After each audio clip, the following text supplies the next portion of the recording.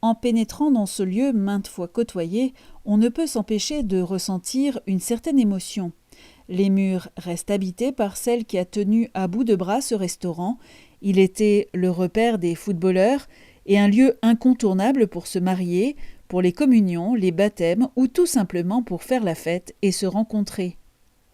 L'infatigable Bernadette, dame raffinée, toujours très élégante, avait le sourire et quelques mots gentils pour accueillir dès leur arrivée les clients venus de toute la région.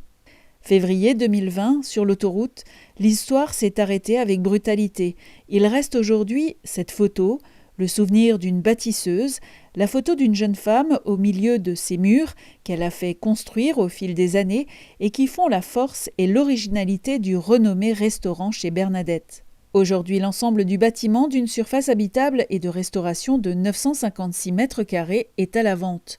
La première fois que je suis venue ici, j'ai trouvé que c'était un endroit hors du commun, de par sa taille, de par la proposition des salles de restauration. Puis il y a aussi une âme quand on entre ici. On reconnaît plein d'endroits en Alsace, en Lorraine, qui ressemblent au restaurant chez Bernadette. Et donc on a un partage collectif de moments vécus ailleurs et ici qu'on retrouve et qui nous donne envie de vivre un beau moment ici. La proposition est énorme.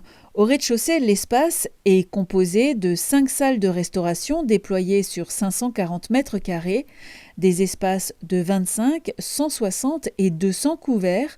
Chaque salle est finement décorée. Ici, rien n'a changé. Toutes les tables sont apprêtées pour qu'on y remette le couvert. Oui, à l'image de ce chariot, avec ses belles tasses et son beau service, le restaurant serait prêt à ouvrir dans quelques heures. L'état général du restaurant est très bon et le repreneur pourrait démarrer dans très peu de temps. Dans les parties annexes, nous trouvons entre autres une cuisine professionnelle, un salon et une cuisine privée. L'ensemble de la bâtisse prend place sur un agréable jardin agrémenté d'arbres et de plantes de 44 arts.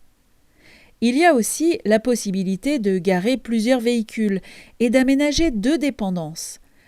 2 belles terrasses de part et d'autre du café viennent également agrémenter le lieu. Sur les 2 étages au-dessus qui sont des parties privatives, on a une capacité de réception de 13 chambres avec 7 salles de bain et 2 cuisines. Au final, l'ensemble offre de beaux et généreux volumes, tant sur la partie professionnelle que privée.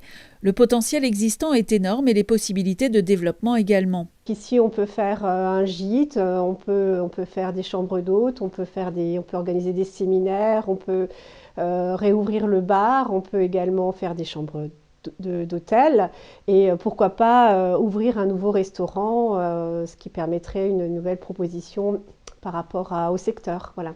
C'est donc une page qui se tourne ici à Étain. L'histoire peut continuer. Le restaurant chez Bernadette, avec ses 956 mètres carrés de surface habitable et de restauration, ouvre des possibilités énormes pour le repreneur. La personne qui reprend cet endroit s'inscrit aussi dans une vie villageoise, dans des demandes quotidiennes de mariage, d'enterrement, de baptême, de possibilités de se réunir.